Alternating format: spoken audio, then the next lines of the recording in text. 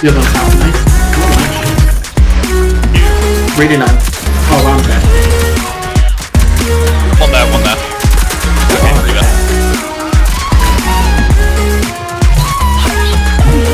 Oh yeah, baby!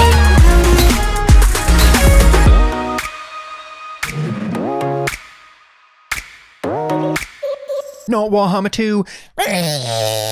Okay, so I know this isn't Warhammer 2, alright? I know that. But I've been really enjoying this game, and it's free, and I want to tell you about it. Yes, as I said, this game is free, and it's free from your favourite data harvester, epicgames.com. But don't worry, they're not sponsoring this video or anything.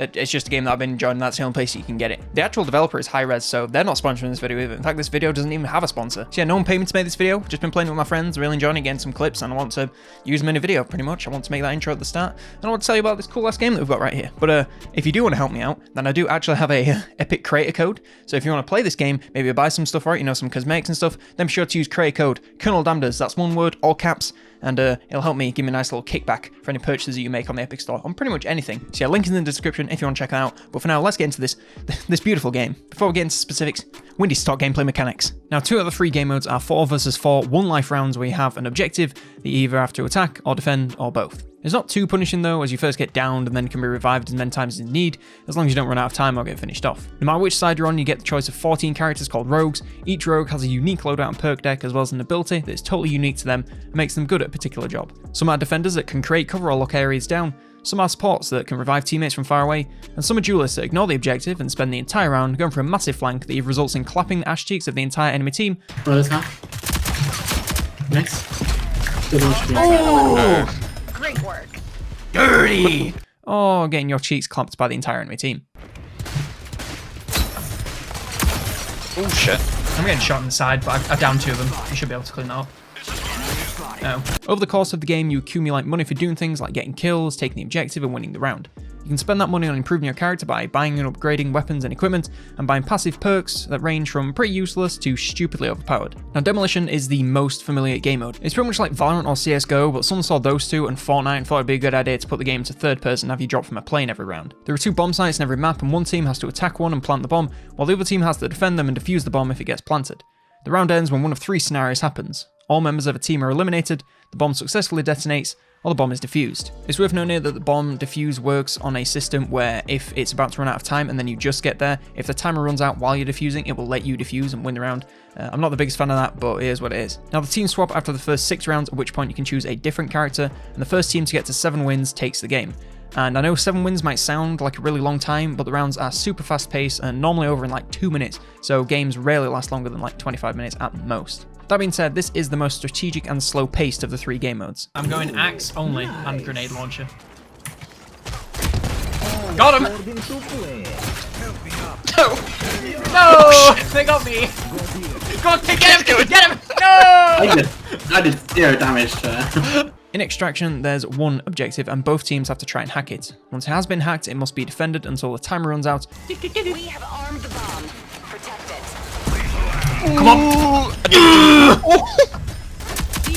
Come at me, sniper bitch.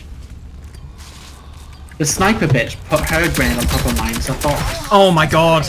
Absolute slaughter. Otherwise, the enemy team can hack it back and win the round. Again, the round ends one of 3 ways. All members of a team are eliminated, the hack is completed, or the hack is unhacked. The team switch sides of the map after 4 rounds, but you keep the same character, so can max out their upgrades if you manage to do well. The first team to get 5 wins takes the game. This is the more fast-paced and action-packed of the 2 mentioned so far, since one objective means you are always fighting in a small area. I'm going for it again. 60 seconds remaining. Oh, hit someone! Oh my god! There's someone there. Oh my god, get shot through your own smoke, whore. That's not my smoke. All hostiles Get it! God. Jesus. beautifully I'm done. just Easy. Right? Now, Strikeout is by far the most chaotic and fast-paced of the 3 game modes. It's pretty much team deathmatch where each team has a limited number of lives between all players. There is an objective and taking it will periodically deduct lives from the enemy team, meaning they're under a lot of pressure to take it back or frag out of their minds to compensate. Yes! Oh, he's on like 10. Gamers, just check the kill nice. feed for me, would you? I'm trying to bleed out. Oh my god! Come on, bing. Continuing mission. Oh! I threw the sword at him. Wasn't quick enough. Buddy, you're so slow. The round ends when the team completely runs out of lives and are all eliminated, and the first team to win 3 rounds wins the game. I'm on the other side of this cover. Oh, dinked him. Somebody ring the dinkster! Personally, not the biggest fan of this game mode. It just seems like whichever team manages to take control of the objective or take control of the enemy spawn first wins. But, you know, it's there. I've had some good games on this, I've had some bad games on this, okay? You know, it's not hard science. It's alright, it's there. One on me. Oh, yeah, Dallas. baby! Seconds to go. Dallas right there. Dallas right there. He's literally dead. What? Clean and simple. Okay, I got a sword kill, I was busy. Dallas is on me. He's right there. He's running down. Gamers. Be careful. Right there. I see him. He's on half. No, Miles, don't do it, please! Oh, thank God. Nailed it. I would have actually Got him. got myself. Now, as you can see, there are a lot of characters in this game, okay? Like, look at all those guys. That's far too many to talk about in detail in one video. And I would like to talk about them in their own individual videos, so smash that motherfucking like button if you want to see some videos about that, because I would absolutely love to do that. But what I can give you is some quick notes about each character and their abilities. Anvil can create a shield and is immune to all CC effects like blinds and slows. Shaq, not that Shaq, can overheal for an extra 75 HP or just revive himself when he gets downed, as well as gaining increased health and the ability to dodge roll when downed. He's broken as fuck. Dahlia can bond with a teammate and acquire their passive and revive them from anywhere within a 30 meter radius. Dallas reveals the nearest enemy for a short time, and this recharges upon getting it down. Not a kill, a down. Dima has a big ass cluster grenade launcher and reveals enemies that he downs. Also has a great skin that is available on Twitch Prime. Glitch can hack nearby enemies to prevent ability and gadget use, and detects nearby enemy equipment through walls. Lanza can run really fast and silently, whilst being immune to reveals for a short time, or until she shoots. Also, she has the most busted passive in the game of reloading whenever she dodge rolls. Phantom is a sniper lady that I'm too shit to play. She has a smoke grenade that reveals enemies, and enemies hit by her have a longer delay before regenerating health. Ronin can throw an explosive ballistic knife that detonates when enemies are nearby, and she's immune to enemy radar. Saint can send out a medical drone to revive teammates anywhere on the map, and reviving your team gets you and the recipient a massive heal. Scorch can activate damage over time from her firearms and her firearm, and she's immune to fire. Talon can throw a radar dart that pings enemies on your radar and grab items from far away. Trench can throw a grenade that creates a massive field of slowing barbed wire, can carry an additional gadget. Finally, Vi can create clusters of poison pools that reduce maximum enemy HP while increasing her maximum HP. Each of these guys has 2 primary weapons and 2 gadgets, along with a sidearm, perk deck, and a melee weapon. There are weapons for every occasion, and they're normal suits to the job that the character does, like their SMG for close range flankers. Defend it. Oh, using your own shield against you, bitch! An LMG for the defensive dude. Cork it. Now they come in here. Cork it. Yeah, I don't see anyone around. Oh, actually. Can you lower your window? Go for game. Oh, I didn't mean it. And a sniper for the sniper lady. See that one, B?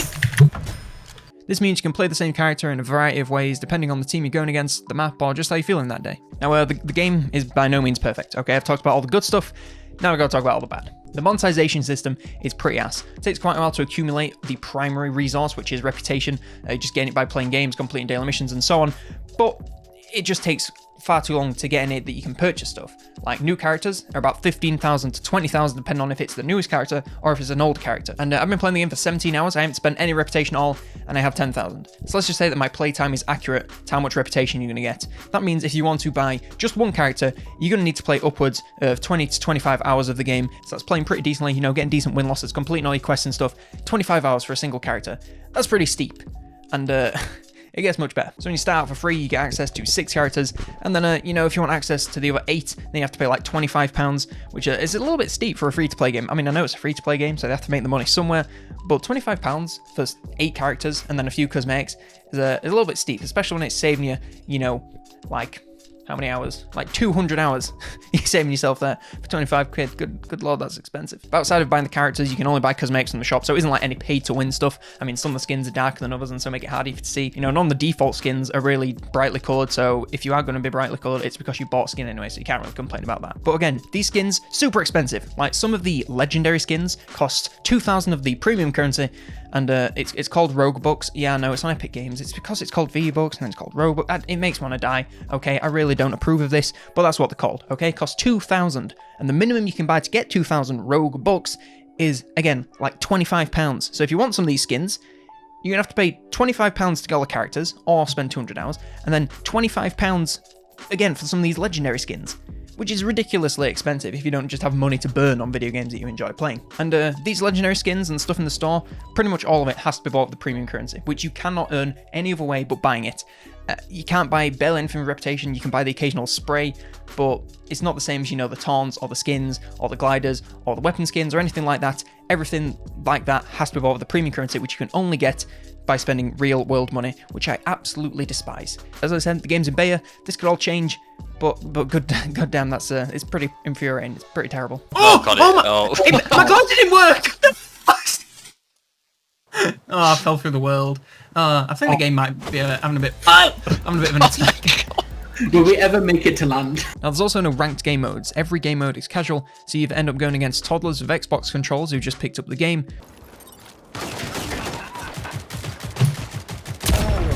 Oh my god, I got down.